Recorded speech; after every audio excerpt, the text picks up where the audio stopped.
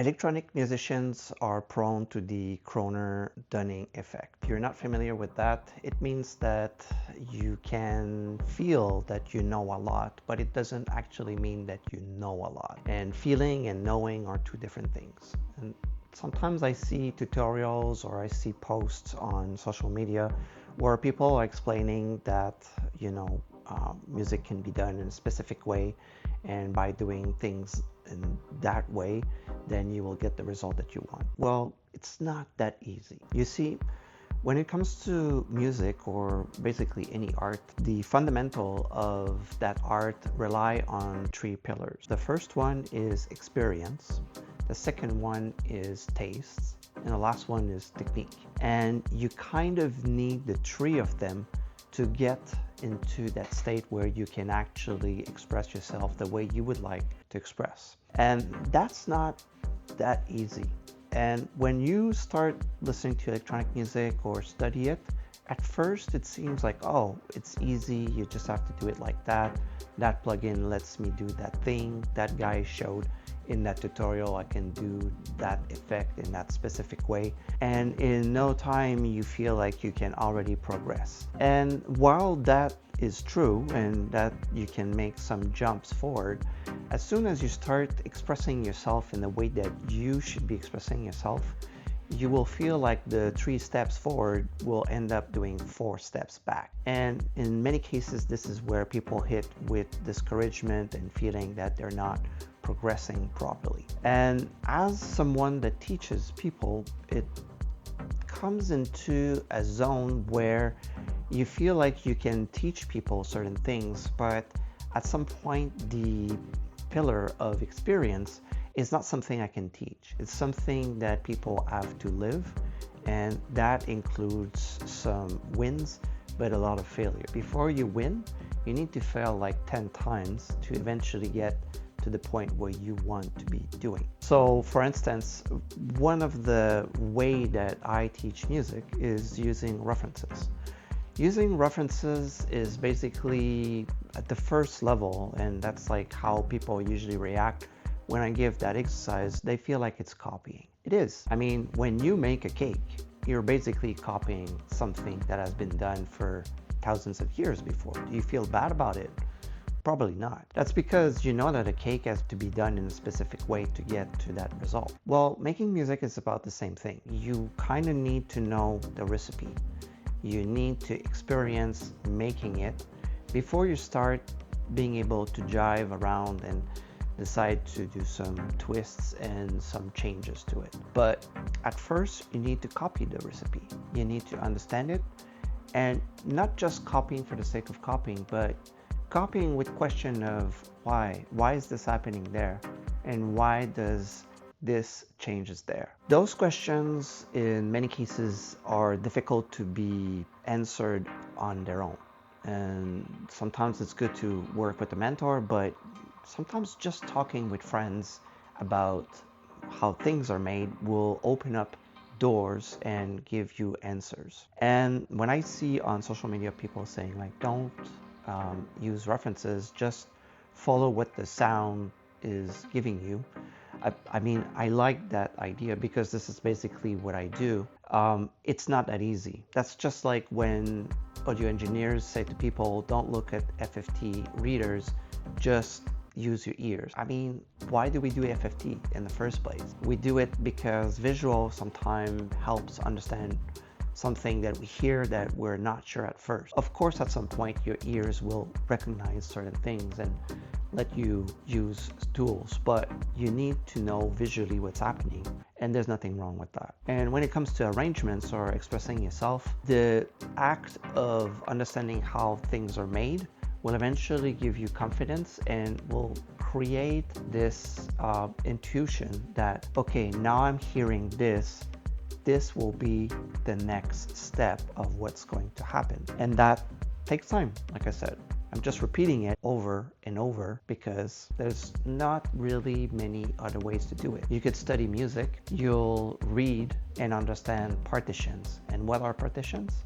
Well, they're basically the DNA of a song that was written before. And when we do referencing and when we understand how things are, it's basically we're writing down the partition of the song. And it's the same thing for playing live.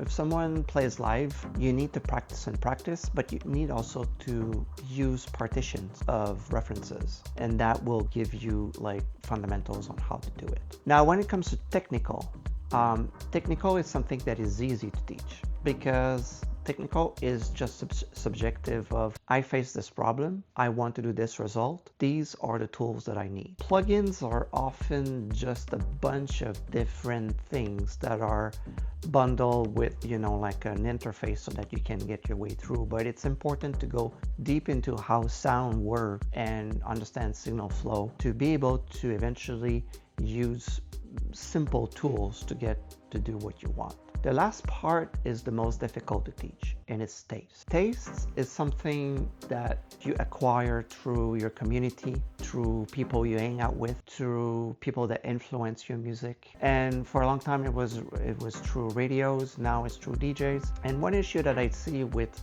a lot of DJs that are just there to get a gig is sometimes the curation of the music is a little bit underwhelming. That's because we've put a lot of importance on how we look and maybe not about what we share. So the importance of finding people that have tastes that are deep, wide, and over time, over different genres, is essential to develop your taste. You cannot create something original unless you've been exposed to original music, and you cannot be creating something like a masterpiece if you haven't heard masterpiece, but also understand why this song is a masterpiece. And then again, we come to the beginning of understanding how references are made. Taste is something that is important to share with friends. When we find something we love, we share with friends and ask our friends, what do they love? This is something we lost over time. There was a time where we would ask our friends, like, what's the latest song that you found? I rarely get that question anymore. And this is a super important question. When you're a musician, you want to know what's on the mind of others and what inspires others. And it's not about the latest music. Sometimes it's rediscovering music that was released 20 years ago, or an obscure artist that nobody knows about that has something that works in our time right now. Some music has been written not for their time that they were released in, but sometimes they were way ahead of their time.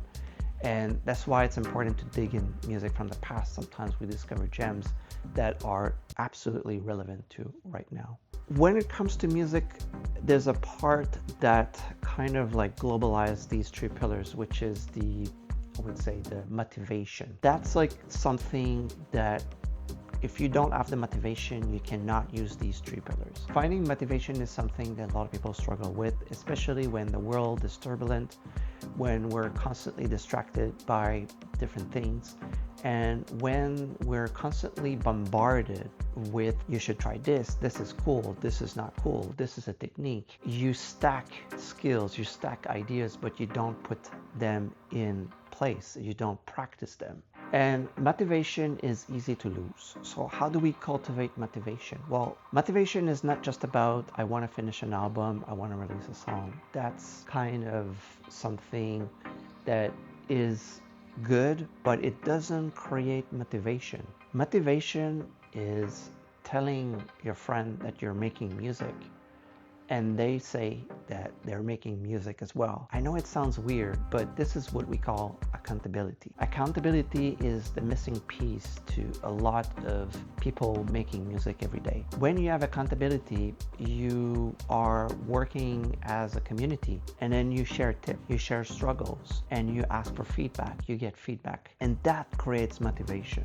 When we're all doing our own thing without communicating, this is where motivation gets lost. When you find the people that inspire you, and it doesn't have to be the greatest producer, it can just be a buddy that also makes music, then you can create a feedback effect where their motivation gives you motivation, and you give them motivation that gives you motivation, and it just circles like that. To me, it's what keeps me going is to know that I have people that will listen to my music, but also that are making music. So all that is what I call the bubble of creativity, the bubble of production. And all these are essential if you want to make music.